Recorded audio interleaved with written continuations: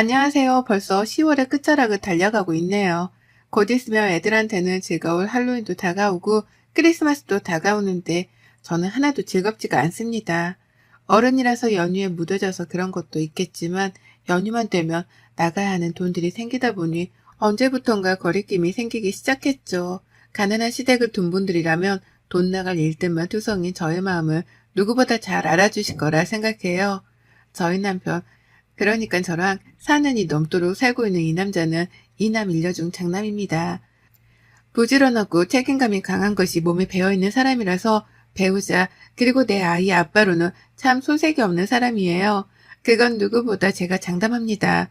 하지만 한편으로는 늘 남편 보기가 미안하고 딱했어요. 남편을 볼 때면 시부모님, 특히 시어머니가 자동으로 떠오르곤 했거든요. 어릴 적부터 얼마나 장남의 책임을 지게 했으면 남편의 얼굴에서 웃음기가 잘 안 보이는가 싶기도 하고 얼마나 장남 노릇만 하고 살게 했으면 여전히 시부모님의 노후를 책임져야 한다는 생각에 미치도록 일만 하는가 싶었답니다. 억척스러울 정도로 일을 하고 사는 남편이 고마우면서도 안쓰러울 수밖에 없었던 거죠. 시부모님께서는 정말 없이 산 집안의 표본이라고 해도 믿을 정도로 모아놓은 돈도 없고 뭣도 없으셨어요. 가진 것으로 사람을 판단하지 않지만 가진 것으로도 사람을 판단할 수 있겠다는 생각을 처음으로 품게 해준 분들이 바로 제 시부모님이셨습니다. 너무 당연한 것이겠지만 저희 부부는 결혼을 하면서 시부모님께 단 한 푼의 경제적인 도움도 받지 않았어요. 지금 제 나이가 39이고 남편이 42이에요. 남편이 4년 전이었던 38에 늦게 결혼을 했던 이유도 다 시부모님의 여력 없는 경제력 때문이었답니다. 연애하던 시절에도 남편이 시부모님 생신 그리고 명절이 되어서 때에 맞춰 용돈을 보내드리는 걸 수없이 바라봤는데요. 특별한 날이 아니더라도 병원 갈 일이나 조그만 돈이 나갈 일이 찾아오면 꼭 제 남편을 찾더라고요. 장남이라는 이유만으로 남편에게만 경제적 도움을 쭉 요청하셨던 겁니다. 그러니 도련님이나 아가씨는 옆에서 큰오빠를 도와줄 법도 한데 그저 모르는 척 지갑을 닫은 채 소식이 깜깜 무소식이 되었어요. 그러는 와중에 시부모님은 역시 장남이라며 더더욱 제 남편을 찾기 시작하셨고 그러니 남편은 더더욱 부모님을 책임지는 게 자신뿐이라 생각해 시부모님을 감싸고 돌았죠. 물론 남편도 이런 자신의 처지를 좋아라 한 적은 한 번도 없었답니다. 오히려 용돈을 보내면서도 제 앞에서는 쉬지도 않고 한숨을 쉬었어요. 이렇게 사는 게 맞는 건지 이렇게 더 살다간 그 끝이 어떨지 하나도 알 수 없어서 무섭다고 말이죠. 아직 나이를 먹어봤자 40대 초반인데 그런 남편이 평생을 돈 걱정에 부모님 뒷바라지 걱정만 하며 사는 게 참 딱했습니다. 연민을 가지고 결혼을 한 건 아니었지만 제가 남편의 옆에서 힘이 되어주고 싶었던 마음이 컸어요. 결혼을 하게 된다면 내가 할 수 있는 선에서 남편의 스트레스를 조금은 덜어주고도 싶었고요. 그래서 저는 결혼을 하고서도 쭉 직장을 그만두지 않을 생각으로 열심히 다녔고 남편을 대신해 생활비를 더 철저하게 관리해가면서 어떻게든 모아지는 돈이 더 많아지도록 만들려 노력했어요. 그리고 그중 하나 제가 결혼하고 나서 한 일 중 가장 큰일이었던 시부모님과의 협상도 결혼 초에 끝냈죠. 남편은 시부모님이 가만히 있지 않을 테니 조심하라며 저를 말리기만 했으나 전 꼭 해결하자 했습니다. 남편한테 맡겨놨다는 듯이 매번 용돈을 타가고 그 돈 모자라 또 돈을 요구하는 그 행동들을 고쳐보고자 한 거죠. 이제 막 결혼을 해서 새가족으로 들어온 제가 주제넘게 돈을 가지고 시부모님이랑 단판을 짓는 것 같아 보이는 게 두려웠어요. 하지만 제가 해야만 하는 일이라고 생각했습니다. 이제 남편은 저랑 가정을 꾸렸고 저희는 곧 아이를 낳아 키울 계획도 있었으니까요. 독립된 가정이 되었으니 그에 합당하게 시부모님의 태도도 바뀌어야 한다고 생각을 한 거였답니다. 그리고 협상은 꽤나 성공적이었어요. 물론 그에 뒤따르는 시어머니의 눈초리를 몇 년 동안 당하고 있긴 하지만 가정을 꾸리고 사는데 드는 돈도 많으니 앞으로는 매달 정해진 금액 외엔 드리지 않겠다고 한 거죠. 다달이 20만 원씩 말입니다. 설날이나 명절에 따로 나가는 돈 한 푼 없이 말이죠. 누군가에겐 정말 쥐꼬리만큼 적은 돈일 수도 있겠지만 저희 부부한테 다달이 20만 원은 큰 돈이었어요. 저도 일을 하고 남편도 일을 하지만 그 돈을 모았다가 아이한테 외식을 한 번 더 시켜줄 수도 있는 거고 제대로 된 근사한 옷 몇 벌을 사다 줄 수도 있는 돈이었습니다. 지금부터 그 돈을 모아도 나중에 아이 대학 등록금을 쓰는 데에 보탤 수 있는 돈이었는데 저희 부부는 그 돈을 시부모님께 용돈으로 드리길 택한 것이었습니다. 번화가 없이 사는 거 누구보다 잘 알았으니까요. 그렇다 보니 저도 마지막 배려라고 꺼낸 말이었고 시부모님도 처음엔 불편하고 싫어해하더니 아예 안 받는 것보다 낫다 싶었는지 그러라고 수긍을 해주셨어요. 그렇게 저희 부부는 신혼 초에 시부모님과 결단을 내려 다달이 20만 원씩 보내드리고 있었고 저는 그 후 딸아이를 낳았습니다. 딸아이를 낳고 보니 들어가는 돈이 더 많아지니까 시부모님께 드리는 용돈이 전보다 훨 아까웠어요. 왜 나는 부유한 시댁을 못 가져 여태 내 부모도 아닌 시부모님의 용돈을 보내드리고 있나 싶은 신세 한탄도 해봤고요. 하지만 별 수 있나요? 남편이 끝까지 장남 노릇은 해야 한다고 말을 하고 도련님이랑 아가씨는 소식 한 번 없으니 인간적인 도리라도 지키며 시부모님은 챙길 수밖에요. 전 딱 이런 심정으로 더 이상의 애정이나 존경 따위도 가지지 못한 채 시부모님을 대했습니다. 하지만 시어머니의 요구는 한 번씩 잊을만 하면 터져나왔어요. 받는 용돈으로 만족을 못하셨던 거죠. 아들한테 돈 한 푼 보내주신 적도 없고 그렇다고 다른 집들처럼 김치 한 포기조차 보내주신 적이 없는 어머님이셨는데요. 자신은 아무것도 해주질 않으면서 자식들한테 뭔가를 자꾸만 바라더라고요. 아직도 용돈을 20만 원의 합의를 본 것에 대해서 모든 게 제 탓이라며 며느리 보기를 돌같이 보는 어머님이셨어요. 말도 잘 안 나누려 하시고 허구한 날 아들이 마음고생이 많겠다 라고 하면서 가스라이팅 비슷한 걸 하려 하며 제 앞에서 말을 꺼내셨죠. 저 때문에 남편이 눈치 보느라 힘들겠다는 걸 그렇게 비꼬아서 말씀하셨던 겁니다. 왜 저러나 싶고 또 왜 저렇게까지 눈치가 없나 싶어 속에서 천불이 났어요. 여태 아들한테서 받는 그 용돈이 모자라다고 생각을 하는 건가 싶어 염치 없는 부모 같아 보이기도 했죠. 내가 자식을 낳아놓고 보니 나는 저러지 못할 것 같다는 생각에 시부모님의 마음가짐이 더욱 불손하게 여겨지기도 했고요. 하지만 이런 제 마음을 아는지 모르는지 시어머니는 가끔 저 몰래 남편에게 연락을 해서 어떻게든 용돈을 한 푼이라도 더 받아가려 하셨답니다. 여전히 병원비에 용돈이 모자란다는 투정을 부려가면서 말이죠. 그러면 남편은 생활비 관리를 하는 저한테 돈을 더 달라고 이씨죽고를 할 수밖에 없었고 그래서 전 시어머니가 남편에게 하는 모든 말들을 전해 듣고 있었죠. 처음엔 무시도 했지만 결국 아껴 써달라며 돈을 더 보내드린 적도 있긴 했습니다. 손녀딸도 태어났는데 그 와중에 돈을 달라는 소리를 더 하실까 싶기도 했죠. 하지만 시어머니는 늘 저의 예상을 빗나갔고 여전히 아들에게서 돈을 받으며 살겠다는 그 표독스러운 표정을 지우지 않으셨답니다. 갈수록 저하고는 더욱 싸늘해지는 것도 같았고 저 또한 이런 관계가 불편하긴 마찬가지였으나 별 수 없었어요. 충분히 일을 하실 수 있던 나이 때부터 백수 생활을 자처하며 자식에게 돈을 받고 살던 시부모님이었어요. 그런데 그런 분들한테 제가 변한 모습을 볼 수 있겠다고 희망을 가지는 것 자체가 고문과도 다름이 없었던 거죠.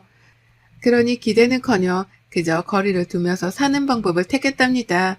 그러는 사이 저는 누구보다 좋은 부모가 되어야겠다는 다짐을 수도 없이 하게 되었어요. 내 남편이 없이 사는 시부모님 때문에 평생을 돈 걱정에 뒷바라지 걱정을 하며 사는 게 참 딱해 보였거든요.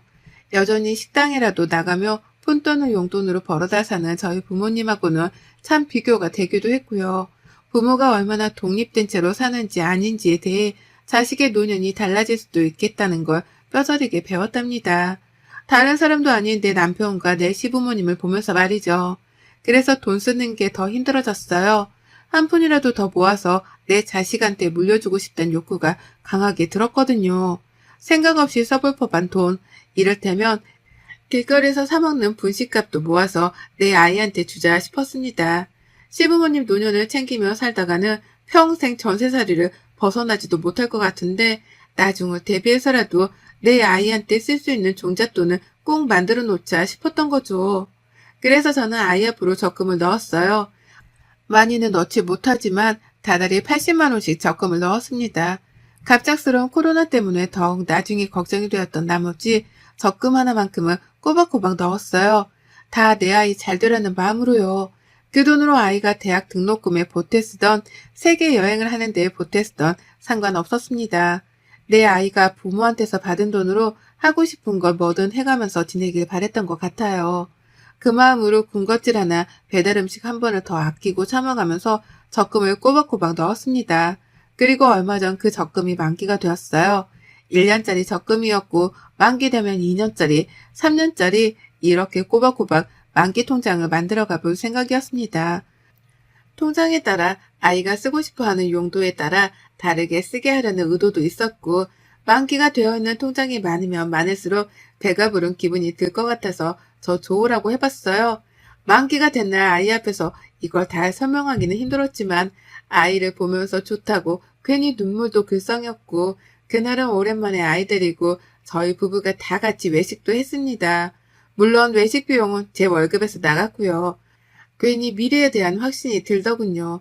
이런 식으로 통장을 한두 개씩 만들다 보면 우리 부부가 회사에서 퇴직을 하기 전에 아이 대학 등록금은 미리 다 벌어놓을 수 있겠다 싶었으니까요.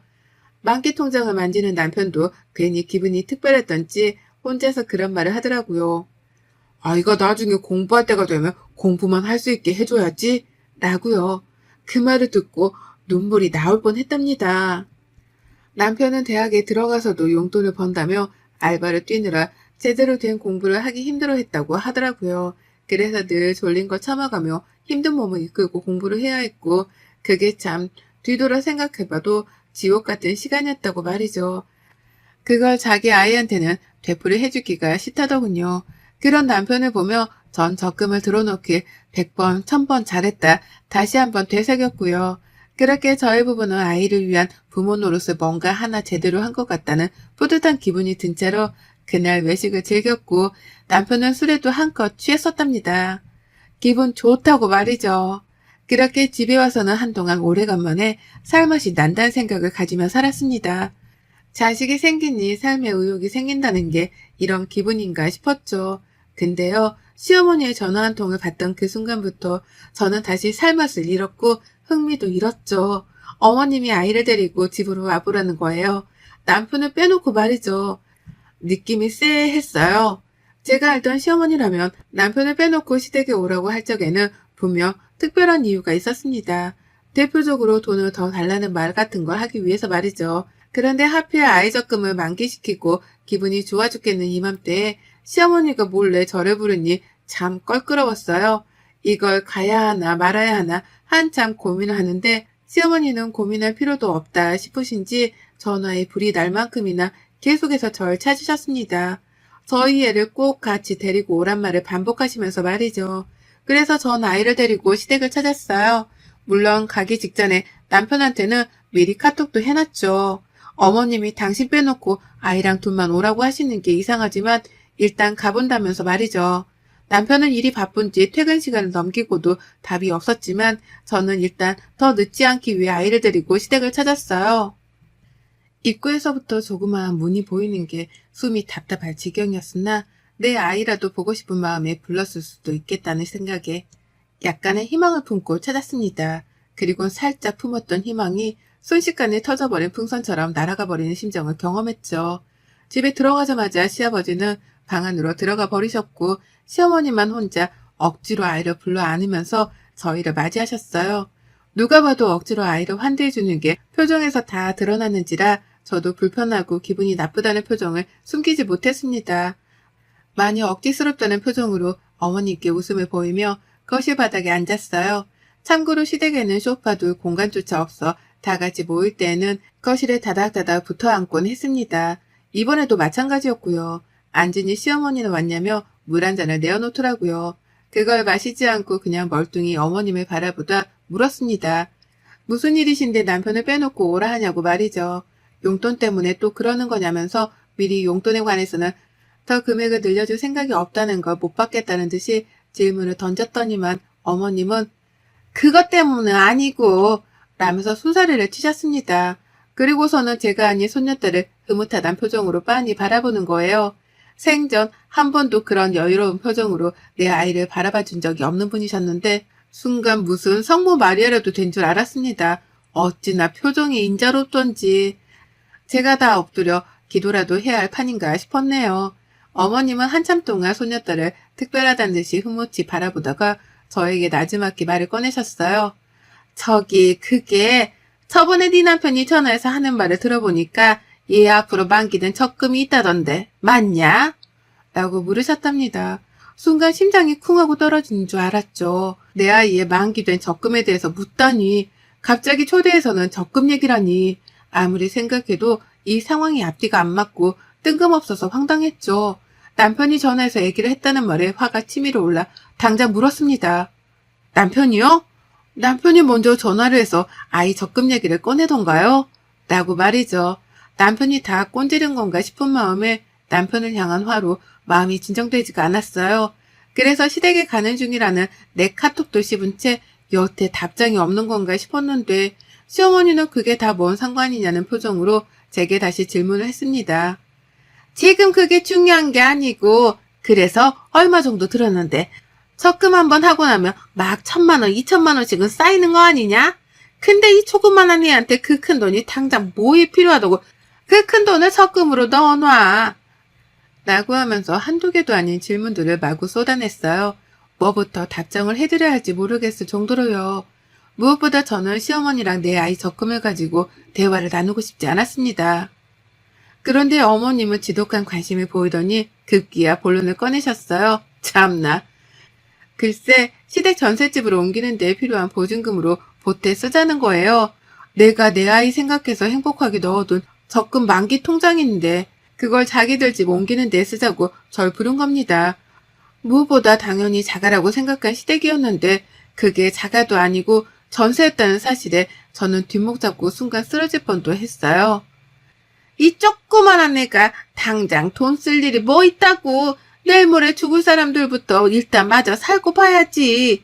라고 하며 내 아이 통장을 당연스레 달라고까지 하는데 연속으로 얻어맞은 이 충격적 사실들에 저는 경악을 금치 못했고요. 그 자리에서 당장의 아이를 데리고 현관으로 나와 신발을 신겼습니다. 뒤따라온 시어머니한테 손사래를 쳐가면서 말도 섞기 싫으니 입 좀 다물어 달라고 했죠. 진절머리도 나고 구역질도 난다고 하면서 말이죠. 하지만 시어머니는 통장 좀 달란 소리를 멈추질 않으셨어요. 주지 못하면 차라리 빌려달라면서 능력도 없는 분이 언젠가는 그 돈을 갚을 거라는 거짓말까지 해가며 제게 도움을 요청하더라고요. 손녀딸 만기 통장으로 조금 더 넓은 전셋집으로 이사가고 싶었던지 주제넘게 전셋집 타령을 해가면서 돈을 달라고만 하셨어요. 자기들 수준에 맞게 월세집이라도 들어가서 열심히 월세돈이라도 벌어오던가 해야 할 텐데 스스로 하는 일이라고는 하나도 없는 분들이셨습니다. 그 와중에 시아버지는 시어머니 혼자 단판을 지어보라면서 도망치듯 방 안으로 들어가 계셨던 거였어요. 너무 화도 나고 나를 이 지경으로까지 밀어낸 남편을 향한 분노가 막 들끓었습니다. 어떻게 아이 통장을 다른 사람도 아닌 시어머니한테 공유를 할 수 있나 싶어 실망스러워 배신감이 치솟는 그때 남편 목소리가 들렸어요. 문 앞에서 실랑이를 하고 있던 저희 목소리를 들은 남편이 밖에서 소리를 지르며 달려온 겁니다. 문을 열자마자 남편은 저랑 아이를 문 밖으로 내보내더니 자기 혼자 문을 쾅 닫고 시어머니를 상대하겠다고 들어갔어요. 저는 영문도 모른 채 잠긴 문 앞에서 아이를 데리고 남편을 기다려야 했고요. 집이 워낙 낡았고 좁다 보니 안에서 나누는 남편의 대화는 밖에서도 훤히 들렸습니다. 그리고 그제서야 알았죠. 남편이 시어머니께 아이 적금에 대해 얘기를 한 건 술에 취해 한 말실수였다는 걸 말이죠. 그날 너무 만기된 통장에 기뻐 아이랑 다 같이 외식을 했던 날 남편이 술에 취해서 시어머니께 따로 전화를 했더라고요. 우리는 아이를 행복하게 살게 만들려고 지금부터 이렇게 노력을 하는데 엄마는 도대체 뭘 해줬냐는 일종의 투정 같은 걸 술에 취해 했던 겁니다. 시어머니랑 시아버지께 말이죠. 하지만 시어머니는 아들이 술에 취해 그런 말까지 하는데도 미안해하기는커녕 손녀딸한테 적금 만기 통장이 생겼다는 사실에 눈독을 들여 기어코 저를 집으로 불러들인 거였어요. 그 통장을 자기한테 달라는 말을 꺼내기 위해서 남편은 쏙 빼놓은 채로 저랑 아이만 불러들이셨던 겁니다. 평생 적금 통장이라는 걸 만들어 본 적도 없고 구경해 본 적도 없는 분들이어서 통장의 주인인 아이를 데려와야지만 통장을 볼 수 있는 줄 알고는 아이까지 불러내신 것이었고요. 무식이 철철 넘치는 시어머니한테 무슨 좋은 말을 듣겠다고 여기까지 찾아온 건가 싶어 스스로한테 후회가 물밀듯 밀려왔어요. 그와는 별개로 남편도 이 상황이 어이가 없던지 집안에 들어가 소리를 지르고 물건을 던져가며 난리를 피우더라고요. 끝까지 장남 역할을 하며 시부모님 뒷바라지를 해주던 남편인데 그렇게 시부모님께 난동을 피우며 화를 내는 건 처음 봤답니다. 어찌나 소리를 지르던지 바로 옆에서 남편이 말을 하는 것만큼이나 바깥으로까지 소리가 크게 새어나왔어요. 우당탕탕 소리는 애사도 아니었고 방에 들어가 있던 시아버지까지 나와서 남편을 말렸지만 남편은 듣지를 않고 난동을 피웠답니다.